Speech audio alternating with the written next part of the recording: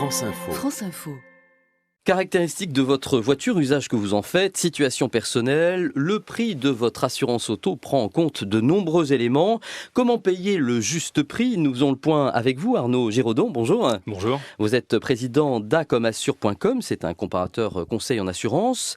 Peut-être d'abord quelques chiffres. De combien ont augmenté les assurances auto et combien est-ce qu'on va payer pour cette année 2014? Alors pour 2014, il faut compter une hausse d'environ 3% du coût de l'assurance pour votre automobile, ce qui vous incite à essayer de payer moins cher si vous voulez maintenir votre pouvoir d'achat. Oui, alors quelle est l'assurance obligatoire lorsqu'on possède une voiture? Alors quand vous avez une voiture, vous devez être assuré au tiers. On parle aussi d'assurance de responsabilité civile. Celle-ci couvre tous les dégâts que vous pouvez causer à des tiers. On peut ne pas prendre d'assurance? C'est très risqué, parce que risqué. si vous ne prenez pas d'assurance, c'est vous qui, sur vos deniers personnels, allez devoir rembourser les dommages que vous allez causer à des tiers. Totalement. Donc s'il y a des dommages corporels, ça peut coûter évidemment très cher. Exactement, vous provoquez le décès de quelqu'un ou son invalidité, c'est plusieurs centaines de milliers d'euros qui resteraient à votre charge. Combien coûtent ces assurances en moyenne sur le marché? Il faut compter combien pour une assurance auto? Pour une assurance auto, il faut compter en moyenne 430 € par an. Celle-ci, bien sûr, varie selon la marque du véhicule, son âge, sa formule, voire la politique tarifaire de l'assureur.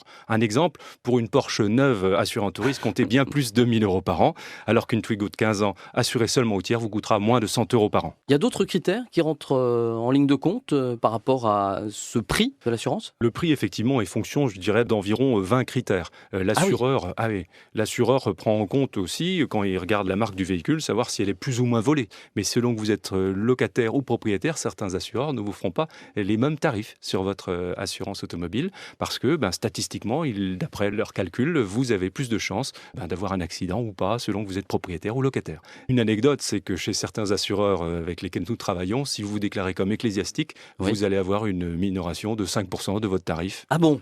Voilà, on juge que le clergé a une conduite exemplaire, semble-t-il.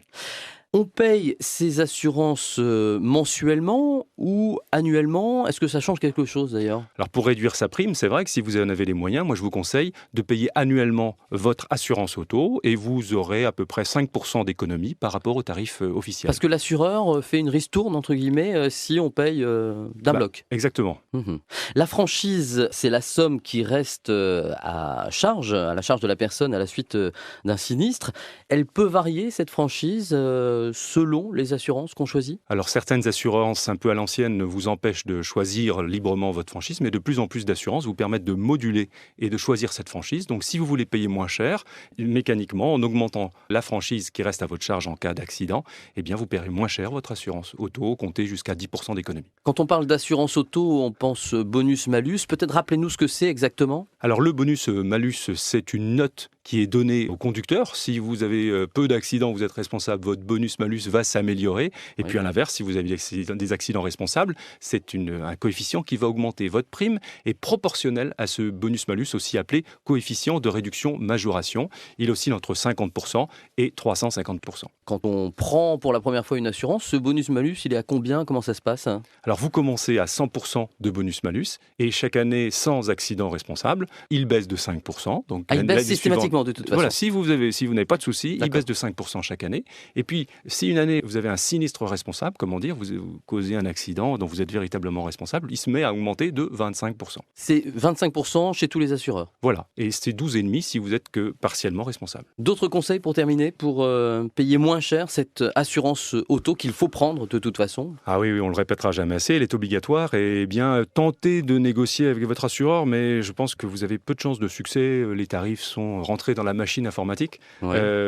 En revanche, quelques conseils, effectivement, si vous roulez moins de 8000 km par an, certains assureurs vous font des réductions dits petits rouleurs et vous pouvez voir votre tarif baisser jusqu'à 15% chez ces assureurs-là. C'est toujours bon à prendre.